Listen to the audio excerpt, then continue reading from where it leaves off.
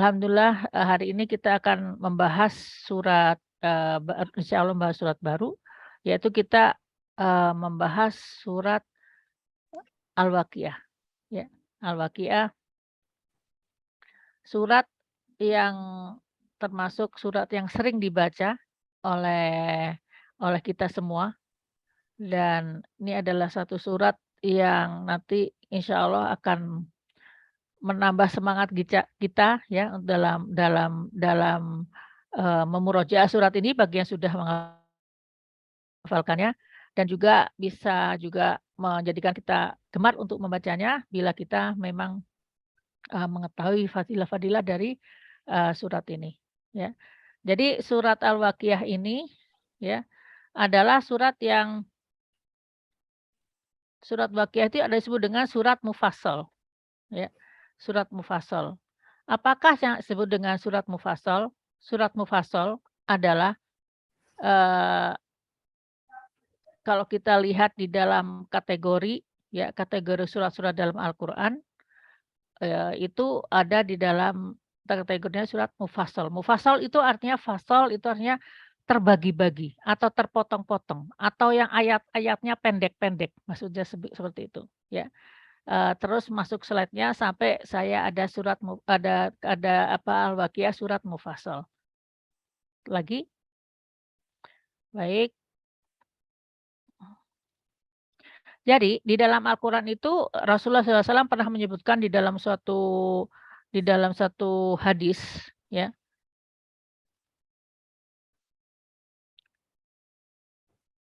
Hello, silahkan diklik Teh Wina.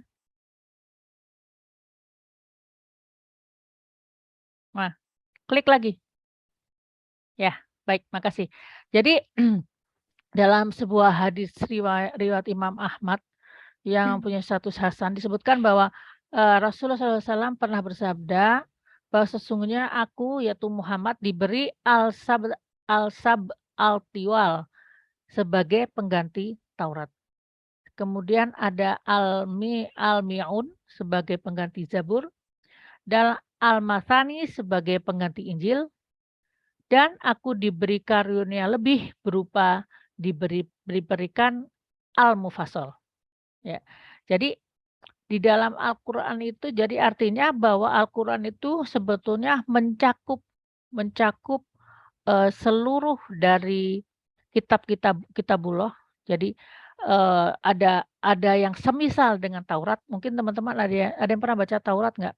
Taurat Perjanjian Lama itu panjang-panjang suratnya, ayatnya itu panjang-panjang memang ya, panjang-panjang, cerita panjang gitu. Jadi di dalam Al-Quran itu ada bagian yang menjadi pengganti daripada, Taurat yang panjang-panjang itu, yang disebut dengan surat-surat al-tiwal, ya, atau 7 yang panjang, artinya begitu, 7 surat yang panjang. Nah, kemudian ada lagi Zabur, ya. Zabur itu digantikan di dalam Al-Quran itu adalah surat-surat al-mi'un. Al-mi'un itu artinya, 100, ya. Karena Zabur itu juga kurang lebih gitu kan, kurang lebih satu suratnya itu, 100 ratusan, di atas 100 ayat, ya. Kemudian, ada lagi Al-Matsani, ya kalau Injil memang pendek-pendek, Injil itu, disebut dengan surat-surat Al-Matsani itu sebagai pengganti Injil. Dan tapi Rasul diberi lagi tambahan, diberi dengan, Al-Mufassal, ya. Apakah yang dimaksud dalam hadis ini? Jadi al-tiwal itu adalah 7 yang panjang, yaitu tiwal, tawil ya panjang. Adalah yang panjang setelah Al-Fatihah. Jadi mulai dari Al-Baqarah, Ali Imran, An-Nisa, Al-Maidah dan seterusnya ya, An-Naml dan seterusnya sampai ada 7. Nah, kemudian setelah itu ada Al-Mi'un yang setelah, eee eee, dari surat Al-Isra sampai dengan Al-Mu'minun, itu termasuk golongan Al-Mi'un adalah, surat yang jumlah ayatnya lebih daripada 100, tapi tidak sepanjang dari As-Sabat Al-Tiwal yang 7 yang panjang tadi. yang pertama tadi. Itu dimulai dari surat Al-Isra sampai dengan surat Al-Mu'minun, ya. Kemudian yang ketiga, golongan ketiga yang sebagai penggantinya Injil itu Al-Matsani. Al-Matsani itu artinya ayat yang diulang-ulang. Ayat yang jumlahnya itu kurang lebih 100 ayat. Kalau yang di Al-Mi'un tuh lebih dari 100 ayat, kalau Al-Matsani itu kurang dari 100 ayat dan dia itu adalah surat-surat yang apa namanya, diulang-ulang. Jadi yang isinya juga diulang-ulang, suka ada pengulangan-pengulangan, ya itu surat kategori Al-Matsani. Kemudian setelah itu ada Al-Mufassal. Al-Mufassal itu artinya, fasal itu artinya terbagi-bagi gitu. Artinya kelompok surat di mana itu banyak sekali Al-Fatihahnya. Ya dalam satu juz itu Al-Fatihah lagi gitu. Dan ini biasanya atau kalau kita sih melihatnya ayat surat-surat pendek ya. Surat-surat pendek itu dari surat Qaf sampai dengan surat An-Nas yang kurang lebih ada 65 surat, ya. Selanjutnya, satu slide lagi. Nah, jadi kalau, di dalam Al-Mufassal sendiri, itu ada klik satu lagi, itu ada 3 bagian. Ada 3 bagian, ya yang pertama adalah tiwal Al-Mufassal. Jadi mufassal yang panjang, dari surat Qaf sampai dengan surat Al-Mursalat. Ya, jadi sampai juz 29 itu, tiwal al-mufassal. Kemudian yang kedua awsat al-mufassal, jadi yang pertengahan yang, panjangnya itu tengah-tengah gitu ya, pendek tapi tengah-tengah pendeknya yaitu surat An-Naba sampai Al-Lail. Kemudian sudah ada, Qisar, Qisar itu kan kayak qasar ya, Qisar al-mufassal jadi yang pendek ya, itu surat Ad-Duha sampai surat An-Nas ya. Ya ini apa namanya, ini kategori-kategori pada surat-surat dalam Al-Qur'an dan biasanya nih ya, Rasulullah SAW itu kalau membaca surat Qaf, kalau subuh itu membaca di surat Tiwal Al-Mufassal. Kalau sholat Isya berjamaah membacanya Awsat Al-Mufassal, ya. Kalau sholat Maghrib bacanya, Qisar Al-Mufassal. Ya, itu Rasulullah SAW. Nah, tapi kalau di Indonesia bagaimana kira-kira? Di Indonesia bagaimana? Kisar forever. Kisar Al-Mufassal forever ya gitu. Itu kemarin saya juga ada membaca sebuah hadis tapi sebelum lupa nggak saya taruh di sini. Dia itu disebutkan bahwa Rasulullah SAW apabila sholat subuh maka akan membaca surat-surat yang pendek. Salah satunya ada surat Al-Waqiah gitu ya. Jadi loh, surat Al-Waqiah itu termasuk yang pendek loh ya. Jangan salah ya, surat Al-Waqiah itu tuh pendek gitu loh. Jadi, dari redaksi redaksi hadis itu saya juga, oh termasuk pendek ya, gitu ya. Jadi ya oke oke oke, termasuk pendek ya. Jadi kalau subuh itu, bacaannya itu antara Qaf sama Mursalat dan itu kan apa namanya, ada di situ ya, surat surat Al-Waqiah ini gitu ya. Tapi terjadi bid'ah ya, nah di akhir-akhir ini terjadi bid'ah dan segala macam, segala sholat berjamaah semuanya yang dibaca adalah Qisar Al-Mufassal. Kenapa? Soalnya takut kalau yang naik derajatnya ke atas itu pada lari semua ya makmumnya atau jemaahnya sepi, nggak ada yang mau datang. Oke, jadi yang Salvakia ini surat masuk yang mana, Teteh-teteh? Yang pertama Tiwal. Tiwal Al-Mufassal ya. Tiwal itu artinya panjang. Jadi yang yang terpotong-potong gitu, yang ayatnya pendek-pendek tapi panjang, agak panjang itu Tiwal Al-Mufassal. Oke. Baik, selanjutnya ada yang mau ditanyakan silakan masuk ke chat ya kalau ada yang mau tanya. Selanjutnya naik ke Teh Wina, silahkan naik ke setelah basmalah.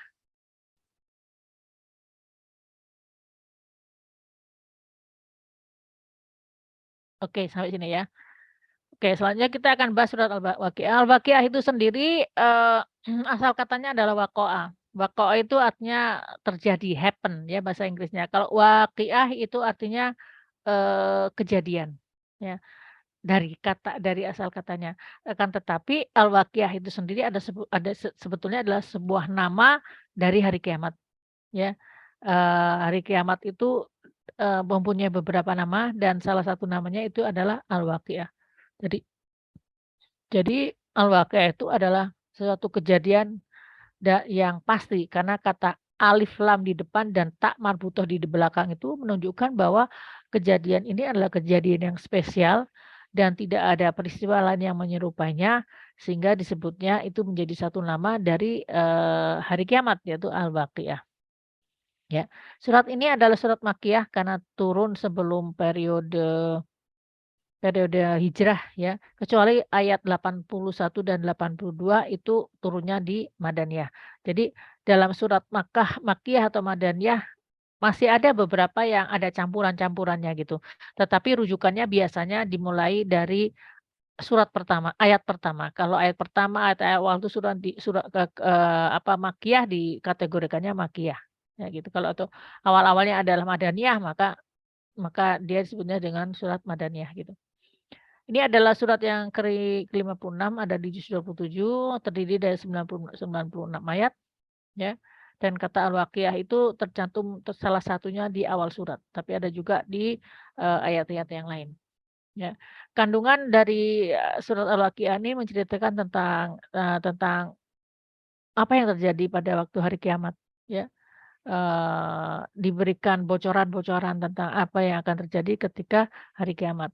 Dan kemudian diberikan bocoran lagi tentang bagaimana keadaan manusia nanti di akhirat itu, ya, di mana ada nanti manusia akan terbagi menjadi 3 golongan, yaitu golongan yang, bersegera melakukan kebaikan, golongan kanan, dan golongan kiri. Kemudian, nanti selanjutnya ada lagi tentang, bantahan Allah tentang orang-orang yang tidak mempercayai adanya Allah. Nanti Allah akan berdiskusi dengan mereka itu dan akan menjawab pertanyaan-pertanyaan, manusia, terutama pertanyaan karena pertanyaan ada di dalam pikiran mereka. Dan yang selanjutnya menceritakan tentang hari kebangkitan, bagaimana apa yang terjadi pada hari berbangkit, yaumul hisab, serta menjelaskan bahwa Al-Quran itu ada di Lauhul Mahfuz, bahwa Al-Quran itu bukan yang kita pegang, Al-Quran itu bukan materi ya, Al-Quran itu adalah lafaz, kalimat gitu. Jadi dan yang diberikan Allah kepada kita itu adalah, lafaznya ya, lafaznya, tapi sejatinya itu ada di lafaz-lafaz itu ada di perbendaharaan Lauhul Mahfuz. Makanya itu kalau seseorang membaca Al-Quran maka akan ada tali, seperti ada tali yang menghubungkan kita dengan Allah, dengan kalimat-kalimat yang ada di Lauhul Mahfuz. Baik, selanjutnya kita lihat tentang beberapa fadilah daripada surat Al-Waqiah ini, klik satu lagi.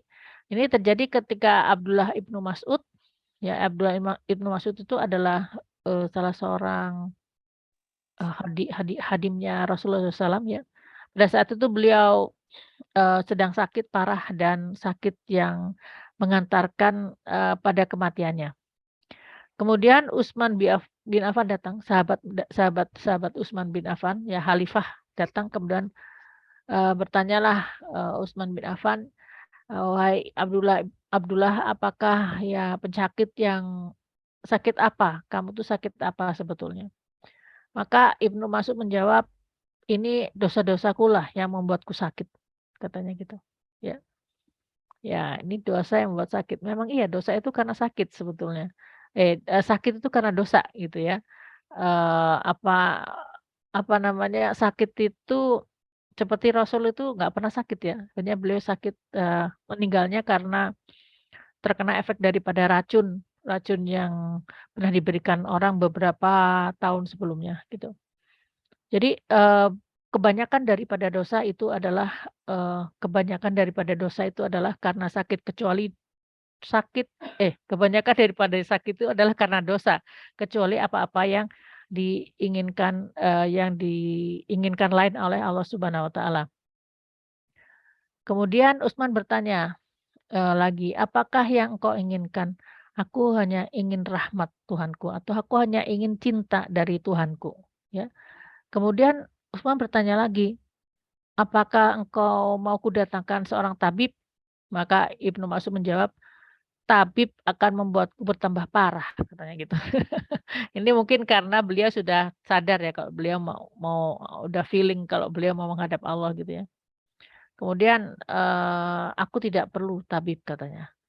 Kemudian Utsman bertanya lagi, "Bagaimana nantinya untuk anak-anak perempuanmu setelah kamu tiada?" Maka Ibnu Mas'ud menjawab, "Apakah aku mengkhawatirkan anak-anak perempuanku jatuh fakir? Karena sesungguhnya aku telah memerintahkan kepada semua anak perempuanku agar setiap malam membaca surat Al-Waqiah." Ya, karena aku pernah mendengar Rasulullah SAW bersabda, barang man qara'a suratul Waqiah kullal lailah, barang siapa yang, membaca, surat Al-Waqiah setiap malam, maka, eee, lam tusibahu, faqahul abada. Maka dia tidak akan terkena kemiskinan selama-lamanya, gitu. Jadi, ini, kalau menurut Ustadz tadi Hidayat, dengan kita membacanya setiap malam, maka kita juga diminta untuk mengamalkannya, meresapinya, memahaminya, dan ketika sudah memahami surat ini, maka ya semua kesulitan itu akan dimudahkan oleh Allah, dilapangkan segala urusannya. Oke, selanjutnya. Nah, ini mungkin bisa kalau ada yang punya urusan-urusan yang tidak selesai ya, bisa membaca surat Al-Waqiah. Selanjutnya satu slide lagi. Baik, kita mulai dengan ayat yang pertama. A'udzubillahi minasyaitonirrajim. Bismillahirrahmanirrahim. Idza waqa'atil waqiah. Apabila terjadi hari kiamat itu, laisa liwaqa'atiha kadzibah. Maka terjadinya itu tidak bisa didustakan lagi. Ya, selanjutnya kita lihat jadi idza waqa'atil waqiah. Jadi kalau, kejadian itu sudah terjadi ya, maka pada saat itu laisa, tidak ada bagi seorang pun yang waktiha akan terhadap waktu itu dia akan mendustakannya. Maksudnya gini, ketika hari kiamat itu terjadi, maka setiap orang itu akan sadar melihat dengan mata kepalanya dan dia tidak akan bisa mendustakan lagi. Karena hebatnya hari kiamat itu dan dia sadar bahwa ini adalah satu hari yang tidak ada yang bisa melakukannya, menjadikan ini semua terjadi kecuali Allah Subhanahu wa taala. Dan tidak ada yang bisa menyelamatkan dia kecuali hanya dengan meminta keselamatan dari Allah Subhanahu wa taala, ya. Jadi pada saat kejadian hari kiamat itu, maka tidak ada seorang pun yang bisa mendustakan dan dia sadar bahwa, "Oh iya kiamat ada, setelah ini what happen," maka terbayanglah akhirat itu. Baik selanjutnya, khafidatur rafi'ah. Pada hari itu khafidatur rafi'ah. Ya, artinya hari itu ada golongan-golongan yang direndahkan dan pada hari itu ada golongan-golongan yang ditinggikan. Atau kalau sebetulnya dalam bahasa jadi al-waqiah itu kalau menurut bahasa Arabnya, itu tadi kan terjemahan bahasa Indonesianya gitu. Kalau dalam bahasa Arabnya itu al-waqiah itu adalah dia yang bisa merendahkan satu golongan dan dia bisa meninggikan golongan yang lain, gitu. Ya, hakikatnya dari Allah Subhanahu wa taala. Tapi ini adalah, tulisan arti letterlek daripada ayat-ayat ini. Selanjutnya kita lihat apa maknanya khafidhatur rafi'ah. Artinya bahwa menurut tafsir Al-Misbah disebutnya terjadi jungkir balik sistem yang berlaku di dunia. Ya, jadi, mmm, sistem yang di dunia ini, kriteria-kriteria kemuliaan, semua itu akan terjungkir balik, ya. Dan kemudian pada hari itu akan terbongkar segala yang rahasia, segala apa yang terjadi di belakang yang kita tidak ketahui, maksudnya di belakang kita ya, kita tidak tahu itu kita akan jadi tahu, ya.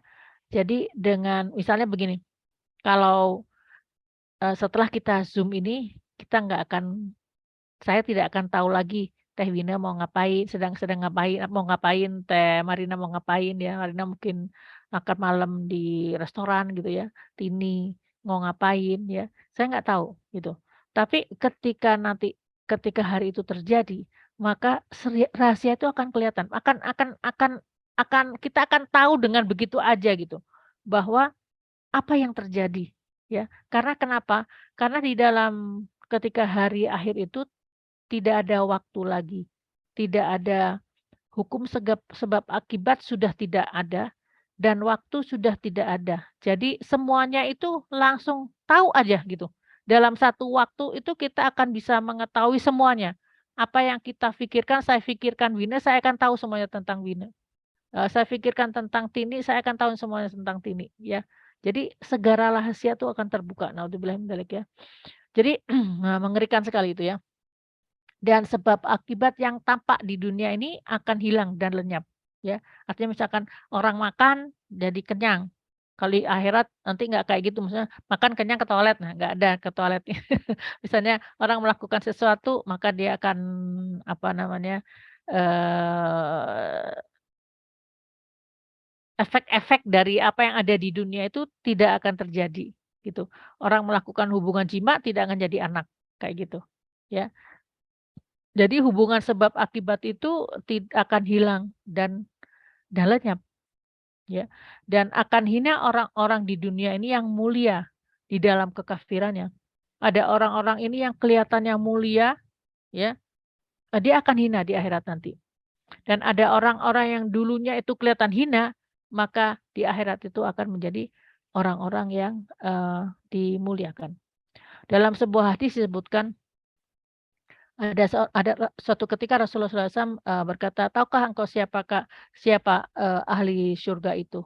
Kemudian, "Siapa ya Rasul, yang di mana yang ada di sini?" "Itu," kata Rasul, beliau tuh menunjuk seorang wanita yang berkulit hitam, ya, yang berkulit hitam dan tidak cantik dan ya, sangat sederhana, ya. Dan Rasulullah SAW mengatakan dia adalah ahli surga, gitu. Artinya orang yang di dunia dilecehkan gitu ya, dipandang sebelah mata atau bahkan tidak dipandang sama sekali, maka bisa jadi mereka bisa menjadi seorang, yang dimuliakan nanti di akhirat nanti, ya. Jadi semua ini kita diajarin kata-kata apa, kalimat ini khafidatur rafi'ah itu harusnya menjadikan kita semua menjadi berpikir ulang ketika melihat manusia yang lain, ya. Jadi tidak mudah meremehkan, tidak mudah merendahkan, karena kita tidak pernah tahu siapa yang akan mulia di akhirat nanti, ya. Eee, Sama ya di sini, Ustadz Firanda juga mengatakan hal yang sama, dan yang jadi ukuran kemuliaan adalah ketakwaan, itu tadi, ya. Seperti misalnya kayak ini tadi bisa hubungannya dengan, Marina ya. Marina tadi kan pertanyaan Marina itu kan Marina merasa direndahkan ya dengan perkataan teman Marina tadi, dalam pertanyaan tadi. Akan tetapi efeknya kita harus melihat yang paling mulia adalah ketakwaan. Jadi kita harus menjadikan diri kita lebih bertakwa, tapi di satu sisi juga kita ingin juga, apa namanya, kita melihat orang lain tuh tidak dengan merendahkan, tapi ya kita tidak tahu bagaimana akhir kita tidak bisa menilai seseorang karena kita tidak tahu akhirnya. Barometer di dunia ini akan berbeda, di dunia nanti di akhirat berbeda dengan, di akhirat. Barometer di dunia ini berbeda dengan barometer di akhirat. Jadi, hati-hati dengan pikiran kita gitu ya. Saya sendiri terus terang aja tuh kadang-kadang suka melihat ada orang-orang yang kekurangan ya di dunia ini yang ya orang mendekat aja juga tidak mau gitu loh. Tapi kita tidak pernah tahu bagaimana kemuliaannya di sisi Allah. Mungkin yang teman-teman yang di daerah sini di dekat rumah saya pernah melihat ya ada seorang yang pengasah pisau ya, pengasah pisau yang wajahnya itu kayak apa ya, kayak kayak gajah ya gitu. atau pokoknya wajahnya tidak seperti kita gitu ya, ada yang turun ke bawah gitu, udah sejak dari lahir kelihatannya. Dan itu, apa namanya, saya dengan orang-orang yang seperti ini tuh berhati-hati gitu, ya, berhati-hati karena apa, jangan sampai pikiran kita tuh, ih, ya dia tuh orang tuh mau ngedeket dia belum tentu mau gitu karena takut gitu kan, serem lah gitu. Tapi kalau kita lihat lagi, kita harus berhati-hati pikiran kita terhadap orang-orang seperti ini. Karena kalau kita merasa diri kita lebih baik dari dia, belum tentu loh. Bisa jadi dia dengan tidak terlihat banyak dihina, dengan ketakwaannya mencari rezeki yang halal dengan menjadi pengasah pisau, bisa jadi dia akan menjadi orang yang sangat dimuliakan di akhirat nanti. Ya, jadi ini menjadikan kita ini yang salah satunya yang ingin saya sebutkan tadi, dari pertanyaan Marina adalah dengan kita belajar Al-Quran itu kita bisa melihat lebih luas lagi. Kalau orang lain yang tidak memahami Al-Quran, yang tidak belajar Al-Quran, tidak mempelajari hari akhirat, ya biasanya pandangannya terhadap dunia ini adalah pandangan duniawi. Jadi maksudnya zone-nya itu adalah zone duniawi ini. Akan tetapi bila kita belajar tentang akhirat, maka kita melihat orang-orang di dunia ini akan dengan pandangan yang sangat berbeda, ya. Kalau orang-orang melihat kita kadang-kadang ngelihat ada orang yang, aduh parlente gitu ya, pakai jas gitu keren, terus pokoknya enak dipandang ajalah ya, kayak artis-artis Korea kek gitu ya, atau dari Hollywood gitu kan, kan itu kan keren-keren banget gitu ya, bajunya bagus kayak gitu. Akan tetapi kita kadang-kadang kalau ketemu sama mereka tuh bisa jadi minder gitu. Ya jadi kita juga akan minder karena kefasihan mereka berbicara, karena, hebatnya apa penampilan mereka. Tetapi kalau kita belajar tentang ini, maka kita bisa merasa menaikkan level kita, confident kita, karena kita mempunyai barometer yang paling hakiki, yaitu yang paling mulia adalah takwa. Jadi selama kita bertakwa kepada Allah, kita akan menjadi orang yang lebih baik ya, tanpa merasa sombong ya, menjadi orang yang lebih baik dan menghilangkan rasa-rasa tidak nyaman karena penampilan orang-orang yang, memang memang kelihatan, wow keren itu, gitu ya. Jadi ini sebetulnya ini dalam ya menurut saya, apa namanya, ayat ini tuh khafidatur rafi'ah itu menjadikan kita tuh melihat orang di sekitar kita itu dengan pandangan yang lebih luas, dengan pandangan dunia dan pandangan akhirat. Bukan dengan pandangan sekedar pandangan apa, pandangan duniawi saja, ya. Moga-moga ini salah satu poin ini bisa membantu kita untuk bisa memahami dan menjadikan kita apa ya, menjadikan kita tuh berdamai dengan pikiran-pikiran kita yang kadang suka menjadikan kita bingung. Baik selanjutnya selanjutnya ya, ayat keempat yaitu idza rujjatil ardu rajja, ya, dan apabila bumi itu diguncang dengan sedahsyat-dahsyatnya. Selanjutnya, wabussatil jibalu bassa, dan ketika gunung-gunung itu dihancurkan dengan sehancur-hancurnya. Kita lihat di sini ya. Idza rujjatil ardu rajja. Jadi apabila bumi itu rajja itu artinya mengguncang dengan keras. Ketika kata rujjati itu ada tasdid di atas kata ja, itu artinya terjadinya dengan berulang-ulang. Jadi goncangan itu terjadi dengan berulang-ulang. Rojjan.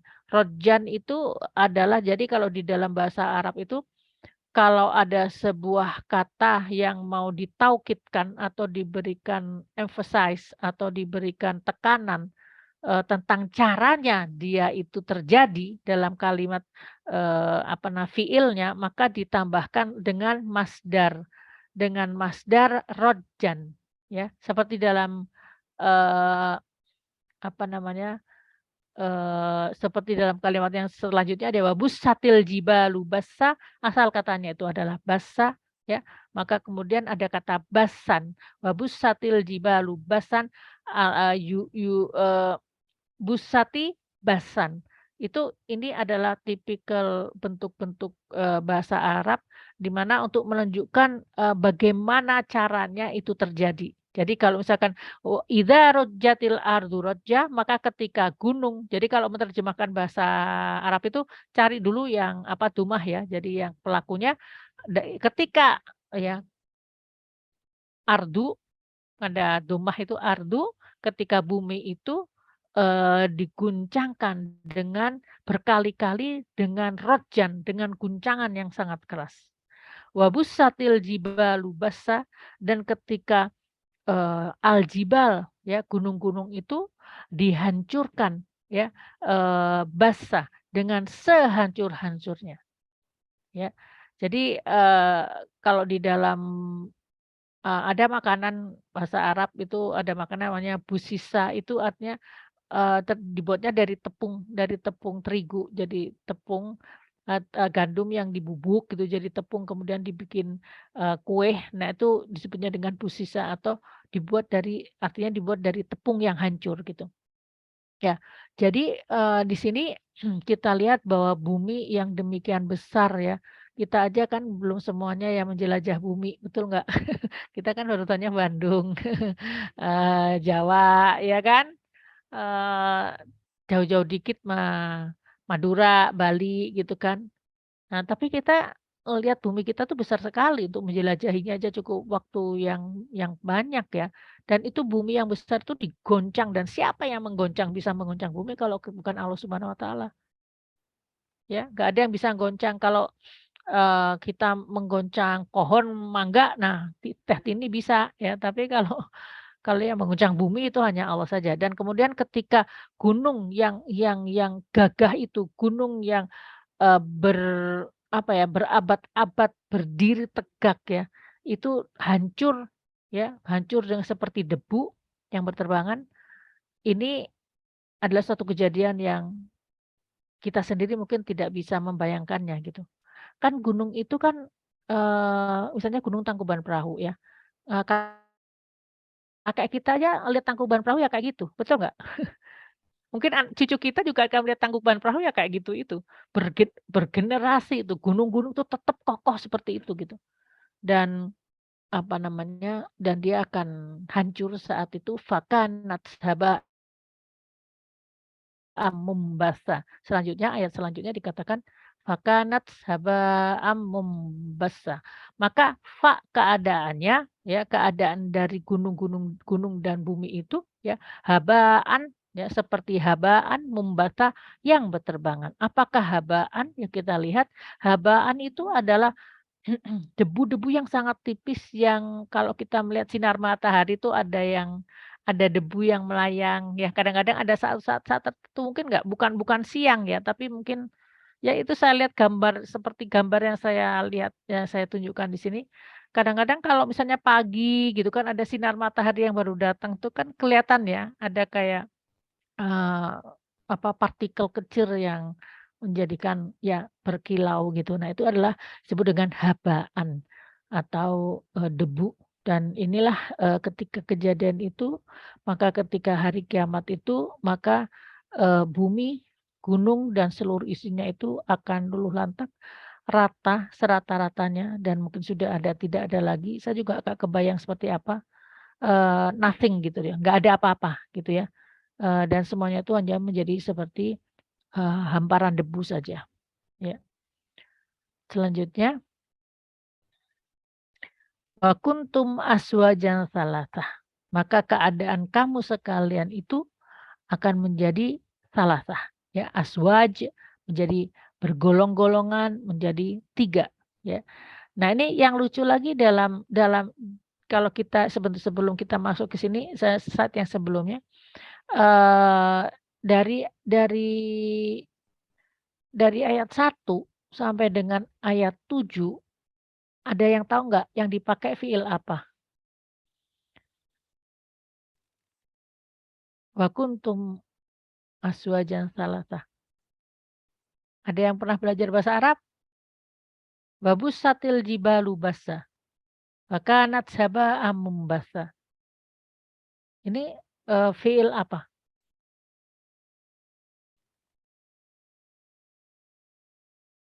Ada yang bisa jawab? Teh Tini? Tidak. Berarti nanti harus belajar lagi bahasa Arabnya ya. Jadi yang dipakai di sini adalah fiil madi. Fiil madi atau past tense. Fiil yang past tense. Pertanyaannya, apakah kejadian al-waqiah hari kiamat itu sesuatu yang sudah terjadi atau belum terjadi? Mau. Ya, baru mau terjadi, tapi dipakai past tense. Jadi di dalam Al-Quran itu, kalau Allah ingin menunjukkan sesuatu yang pasti terjadi di masa yang datang, tapi pasti kejadiannya pasti datang, Allah memakai past tense, ya, atau fi'il madi. Untuk menunjukkan bahwa ini tuh tidak ada keraguan di dalamnya.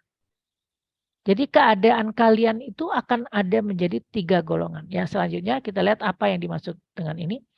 Maka 3 golongan. Nanti secara global manusia itu akan dibagi menjadi 3. Yaitu ada ashabul yamin, ada ashabus simal, dan ada as-sabikun, ya. Jadi ashabul yamin itu adalah orang-orang yang golongan kanan, ashabus shimal itu adalah golongan kiri, dan as-sabikun. Ya, kita lihat nanti dulu. Ashabul yamin itu adalah orang-orang yang menerima catatan dari sebelah kanan dan dia menerimanya dengan tangan kanan dan dia nanti dikumpulkan di akhirat di sebelah kanan dan dia akan digiring menuju, bukan digiring, surga akan didekatkan kepada mereka dari sebelah kanan, ya. Sedangkan ashabus shimal itu golongan kiri adalah orang yang menerima catatan amalnya dari sebelah kiri, dia menerima catatannya dengan tangan kiri dan dia dikumpulkan di sebelah kiri dan dia akan digiring menuju neraka. Sedangkan as-sabikun adalah orang-orang ini ada sebetulnya as-sabikun ini sabaqah, ya. Musabaqah tilawatil Quran. Berlomba perlombaan membaca Al-Quran kan gitu ya. Sabaqah itu artinya bersegera. Jadi orang-orang as-sabikun adalah orang-orang yang bersegera beramal soleh dan mereka kebanyakan dari orang yang hidup di masa lalu karena mereka zaman Rasul, zaman para nabi gitu ya. Nanti kita bahas lagi ya minggu depan tentang as-sabikun ini karena menarik sekali. Jadi apa namanya kita lihat di sini bahwa orang as-sabikun ini nanti dia akan masuk ke surganya tuh secepat kilat gitu. Dan orang as-sabikun tidak melalui, yaumul hisab. Makanya di sini dia tidak ada dia menerima dengan tangan apa gitu kan. Iya kan? Yang kanan kiri itu kan golongan kanan, golongan kiri. Tapi, as-sabikun ini tidak. Sabikun nanti ini tol, masuk ke dalam surganya tuh pakai jalan tol gitu.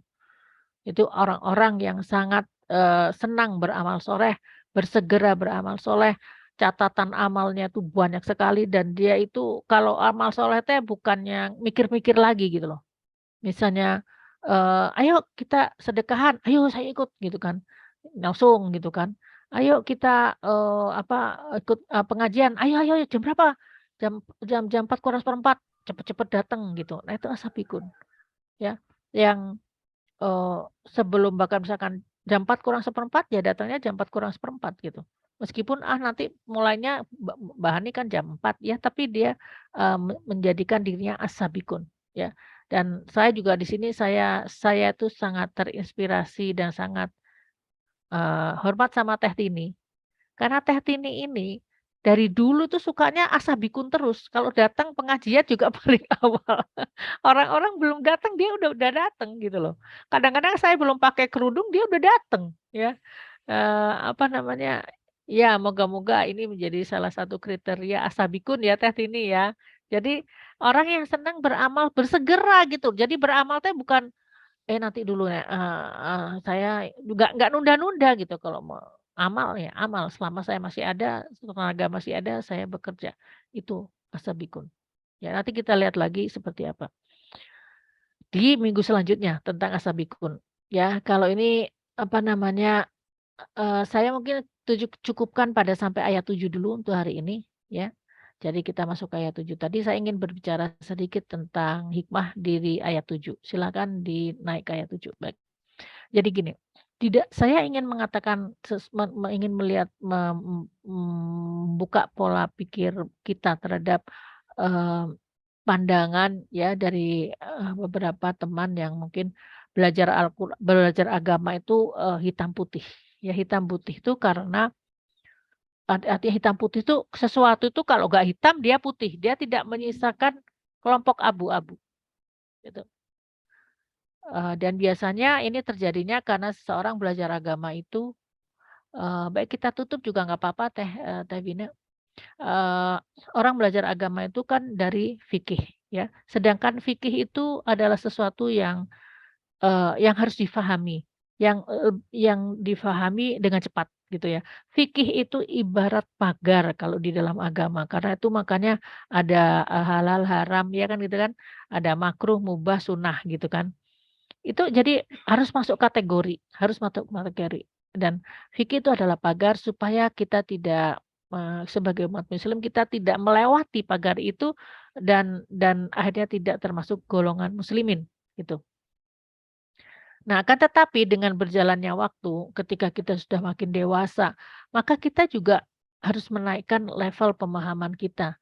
Jadi kita tidak bisa lagi berpikir secara hitam putih lagi, karena kita bukan anak SD lagi, ya. Kita harus meningkat, ya, pemahamannya. Nah, Al-Quran itu mengajarkan hal-hal seperti itu. Al-Quran itu nggak banyak yang hitam putih. Ya, ada, kalau sekilas kita belajar pertama belajar Al-Quran tuh memang ini golongan kanan, golongan kiri, surga, neraka, itu gitu ya. Awalnya tuh pelajarannya memang hitam putih. Tapi kalau kita masuk di dalam Al-Quran lebih jauh lagi, maka Al-Quran itu tidak hitam putih, gitu. Kenapa? Apa maksudnya Mbak kalau tidak hitam putih? Contohnya sekarang aja ketika ada 3 golongan. Ketika ada 3 golongan, bukan dikatakan 2 golongan. Sebetulnya kalau yang pelajaran yang di ayat-ayat yang lain kan banyaknya kan selalu surga, neraka, betul? Iya kan? Surga, neraka, kebanyakan ayat-ayat itu surga, neraka. Nah, ternyata Allah memberikan bukan surga, neraka aja, ada yang ketiga, yaitu golongan, as-sabiqun, gitu loh. Jadi ada golongan yang lebih dari itu. Ada orang yang dicintai Allah yang lebih, yang lebih dicintai Allah. Contoh pertama. Contoh kedua adalah, eee, apakah ada surga dan neraka saja di akhirat nanti? Adakah tempat selain surga dan neraka? Nah, pertanyaan saya, silahkan dijawab. Apakah ada tempat lain selain surga dan neraka? Yang Al-A'raf itu bukan sih, Iya, Mbak? betul. Ada Al-A'raf. Padahal kan ada suratnya, khusus surat Al-A'raf yang masuk ke golongan, Al-Mi'un, ya.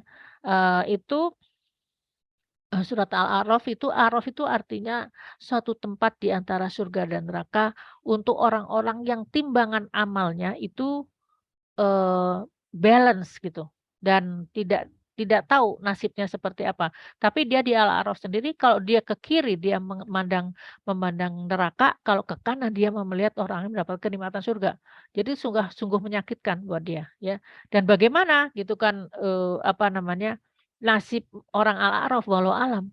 Tapi para mufasir ada yang mengatakan karena sifat rahman Allah itu lebih daripada sifat yang lain, maka Allah nanti pada suatu ketika memasukkan mereka ke dalam, surga seperti halnya juga ada beberapa orang ahli neraka yang setelah, melihat ada bekas sujudnya mereka dimasukkan ke dalam surga tentu saja dengan, tanda-tandanya. Jadi orang orang surga yang mantan neraka itu, kulitnya lebih tutung dan ada stempelnya, ada laknya gitu loh, ya. Jadi ketahuan mana yang dulu pernah mantan neraka gitu.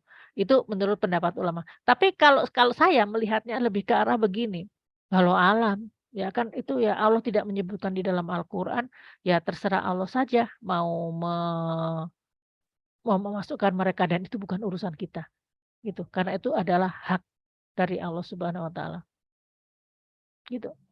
Itu yang kedua contoh yang berapa yang tadi itu, kedua ya? Yang ketiga, contoh yang ketiga, surat Zumar, wa yadkhulul jannata zumaro, dan masuklah manusia-manusia ke dalam, surga itu zumaro, dalam keadaan apa namanya, bergerombol gitu. Jadi, nanti yang namanya pintu surga itu luas sekali ya, sangat wah mata memanjang itu baru ketemu tiangnya gitu. Dan kemudian orang yang masuk ke dalam surga itu juga bergerombol sama dengan orang yang masuk ke dalam neraka. Artinya apa? Ada orang, tadinya nggak kayak pikiran kita satu-satu di-ranking gitu kan ya, di-ranking siapa yang paling tinggi derajatnya dan sebagainya, enggak, tapi, Allah memasukkan mereka.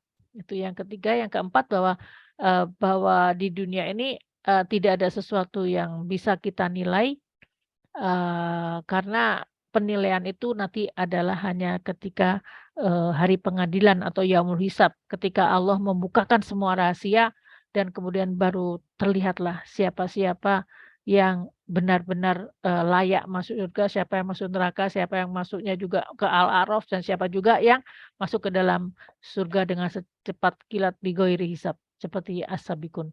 Dan itu semuanya adalah masih rahasia Allah Subhanahu wa taala. Nggak jauh-jauh, kita lihat sekarang aja dengan kasus yang lagi marak beberapa bulan terakhir ya, apa, Verdi Sambo dan PC dan segala macam, kan kita banyak berita, banyak informasi, tapi akhirnya gimana gitu loh, akhirnya gimana?